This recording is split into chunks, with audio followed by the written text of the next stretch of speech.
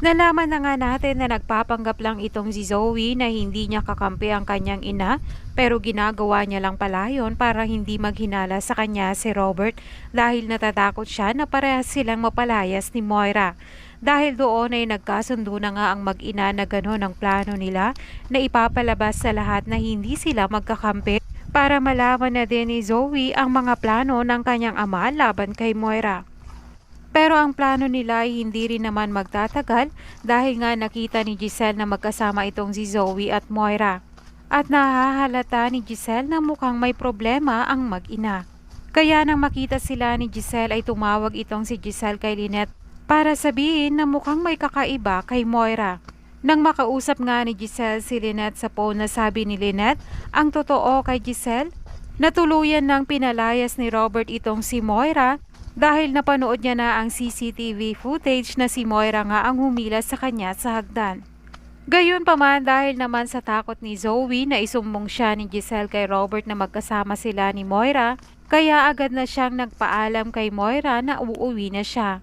At para hindi na rin sila mahalata na magkakampi talaga, nagdahilan nga na rin itong si Zoe na nagkita lang naman sila ng kanyang ina, tinulungan niya dahil hindi pa ito kumakain at doon ay tuluyan na rin nagpaalam si Zoe. Kaya nga itong si Moira ay naiwang mag-isang kumakain. Nang mag-isa na lang nga ni Moira ay nilapitan siya ni Giselle. Dahil naman sa nalaman ni Giselle na si Moira pala ang dahilan kung bakit na aksidente itong si Robert, kaya hindi niya na napigilan ang kanyang sarili sa galit niya kay Moira. Kaya habang kumakain itong si Moira dahil gutom na gutom, agad siyang nilapitan ni Giselle at habang tinutulak ni Giselle ang mukha ni Moira sa plato, sa galit niya ay nasabi niya kay Moira na kulang pa ito sa mga kasalanan niyang ginawa kay Robert. Hindi na nga tinitigilan ng karma itong si Moira lalo na't nalaman na ni Giselle ang buong katotohanan. Kaya nga mas lalo itong hindi titigil na hindi pagbayaran ni Moira ang kanyang mga kasalanan. Kakausapin nga ni Giselle itong si Robert na bakit pinalayas lang itong si Moira at dapat kay Moira ay maipakulong niya. Tutulong nga si Giselle para tuluyan ng makulong itong si Moira. Gayunpaman, nagpaalam naman si Annalyn kay Lynette na gusto niyang makabanding ang kanyang ama sa bahay nito.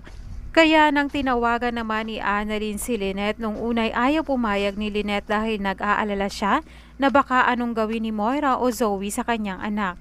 Pero sinabi naman ni Annalyn na wala naman silang ibang kasama. Kaya nga agad na rin pumayag itong si Lynette dahil si Robert na rin mismo ang nakiusap sa kanya. Masayang-masaya nga si Annalyn na pumayag ang kanyang ina na makasama ang kanyang ama. Sa kabilang banda naman ang pauwi na itong si Zoe, nagulat siya dahil nandoon si Annalyn sa kanilang bahay at suot pa ang kanyang damit. Kaya nga pagtatanong ni Zoe sa kanya na anong ginagawa nito sa kanilang bahay at bakit pati ang kanyang damit ay